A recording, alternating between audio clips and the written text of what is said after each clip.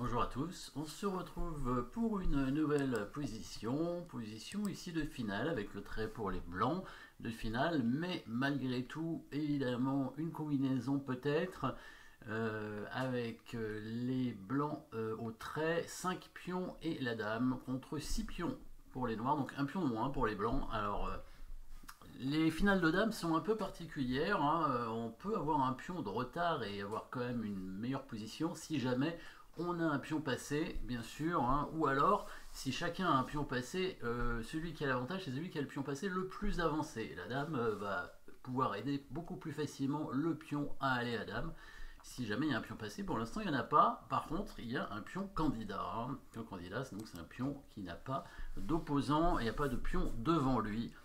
Et il y a aussi un roi noir qui est un petit peu en danger, parce que même si c'est une finale, quand il y a encore les dames, eh ben, il suffit d'une dame et d'un pion, hein. Il faut quand même que la dame en général soit protégée ou alors que le pion contrôle les cases qu'il faut pour faire des menaces de mat. Et c'est un peu ce qui va arriver ici, bien évidemment. Alors on a des coups forcés, des échecs, quelques échecs à notre disposition. Bon, on va pas donner la dame tout de suite. On pourrait faire échec avec la dame en E2, mais pas sûr que ce soit une bonne idée parce que la dame noire va couvrir simplement tout en menaçant de son côté. Et après, on n'aura pas d'échec intéressant. Comme on n'a pas de pion passé, hein, évidemment, le roi noir n'a pas besoin de rester dans le carré du pion, hein, puisqu'il n'y en a pas, tout simplement. Tout simplement. Donc, menace de mat peut-être. Peut-être une menace de mat. Et oui, il y a une menace de mat en un coup dans cette position. Il n'y a qu'un seul coup, je pense, pour menacer mat, donc forcément c'est le bon, hein, a priori, hein. Il va falloir, avec la dame, évidemment, se donner une case pour faire un échec subtil, on va dire. Et oui, si le pion F4 était pas là, eh ben, on mettrait la dame et ce serait mat. Donc pourquoi pas l'avancer, ce serait évidemment une menace de mat, hein, avec la dame qui irait en F4 pour faire mat, et pourquoi pas faire une percée de pion, puisque ici avec ce coup F5, hein, on peut menacer d'avancer le pion et de créer un pion passé. Donc par exemple, si les noirs tentent d'échanger les dames, proposer l'échange de dames pour empêcher la menace de mat, soit en faisant dame F3 comme on a dit tout à l'heure, soit éventuellement dame D4, hein, eh ben, les blancs ont la possibilité simplement d'échanger les dames et d'avancer leur pion à toute vitesse. La percée de pion qui menace d'aller à dame. Alors, s'il fait dame D4, c'est un peu plus malin parce que quand on prend, il va lui aussi se créer un pion passé. Sauf que le pion passé des blancs sera plus avancé et donc les blancs vont faire dame en premier et auront des possibilités de gagner la dame ou de mater. Par exemple, dame D4, en échange, on joue E6.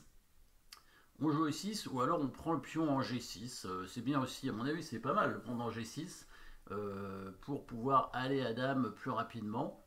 On peut faire E6, je sais pas quel est mieux. Bon, j'avais marqué E6, je crois. Oui, j'avais marqué E6. Le pion avance en D3 et maintenant on prend G6. Donc finalement, ça ne change pas grand chose. En fait, quand les blancs prennent en G6, bah, les noirs sont obligés de reprendre. Donc autant le faire, hein, je pense. Autant le faire, puisqu'ils sont obligés de reprendre, parce que sinon le pion va aller à dame sur échec, et tandis que le pion noir, lui, n'aura pas encore avancé suffisamment.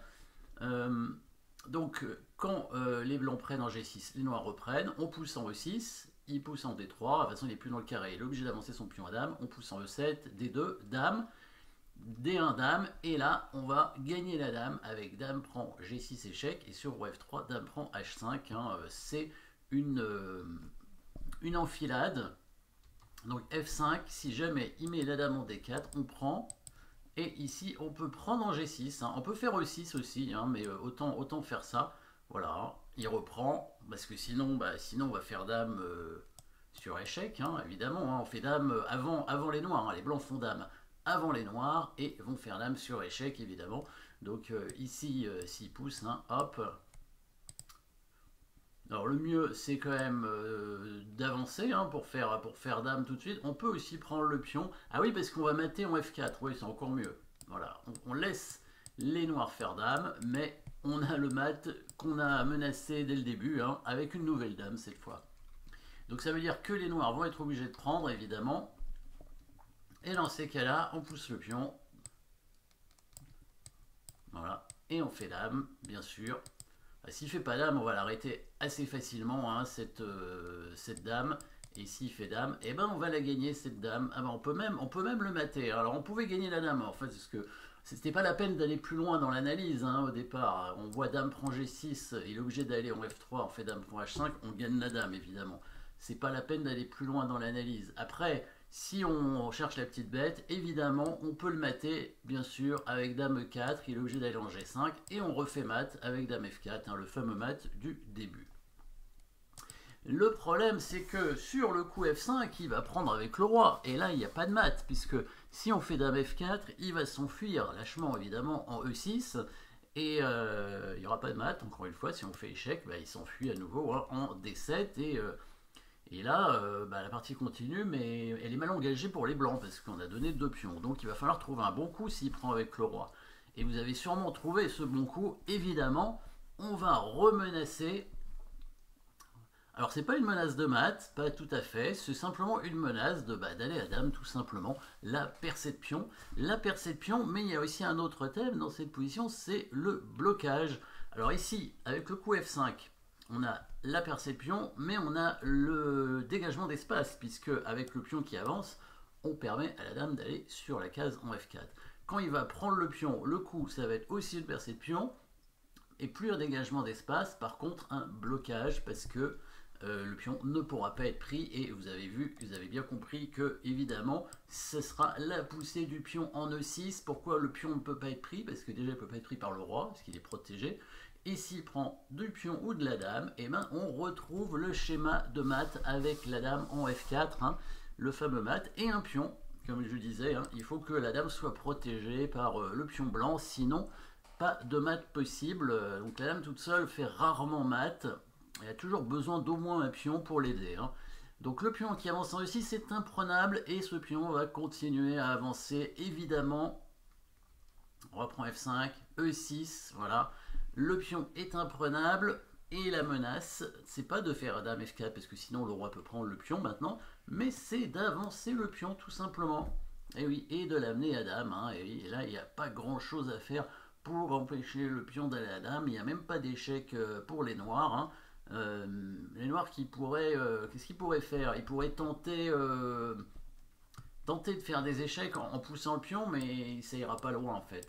Voilà, le pion prend, le roi va simplement prendre. Il n'y a qu'un seul échec en fait. Bon, s'il échange les dames, évidemment, il n'arrêtera pas le pion. Il n'y a qu'un seul échec, c'est celui-ci. Mais après, il n'y en a plus. Le roi va venir en H3. Et là, il n'y a plus d'échec du tout. Et le pion blanc va aller à dame au prochain coup. Donc là, il n'y a rien à faire. Qu'est-ce qu'il peut faire d'autre? Donc dans la partie, il a joué dame D8. Il a joué dame D8 pour essayer de bloquer évidemment le pion. Si le pion avance en E7 maintenant, il peut mettre sa dame en E8 et espérer l'attaquer avec le roi pour le capturer, effectivement. Mais maintenant, tout simplement, les blancs vont prendre le pion. La menace, c'est de faire échec en F4 à nouveau et de faire dame. Donc le roi est obligé de se rapprocher. Alors si la dame se met devant, la dame blanche peut aussi venir en E8. C'est une autre menace d'ailleurs. Dame E8 pour venir faire dame avec le pion. D'ailleurs c'est ce qui va arriver après roi F6. La dame vient en E8.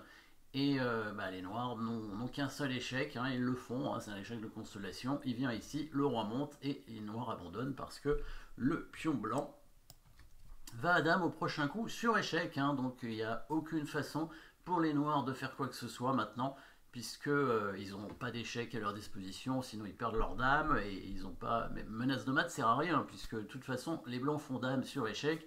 Et avec 2 dames, ils vont réussir évidemment à mater. Donc jolie petite combinaison avec un dégagement d'espace ici, menace de mat, donc coup forcé et percée de pion, suivi d'un blocage, ici, hop, le blocage du pion, si évidemment les noirs prennent le pion, je ne l'avais pas montré, mais c'est évidemment mat, avec la dame en F4, que ce soit du pion ou de la dame, d'ailleurs, ça ne change rien.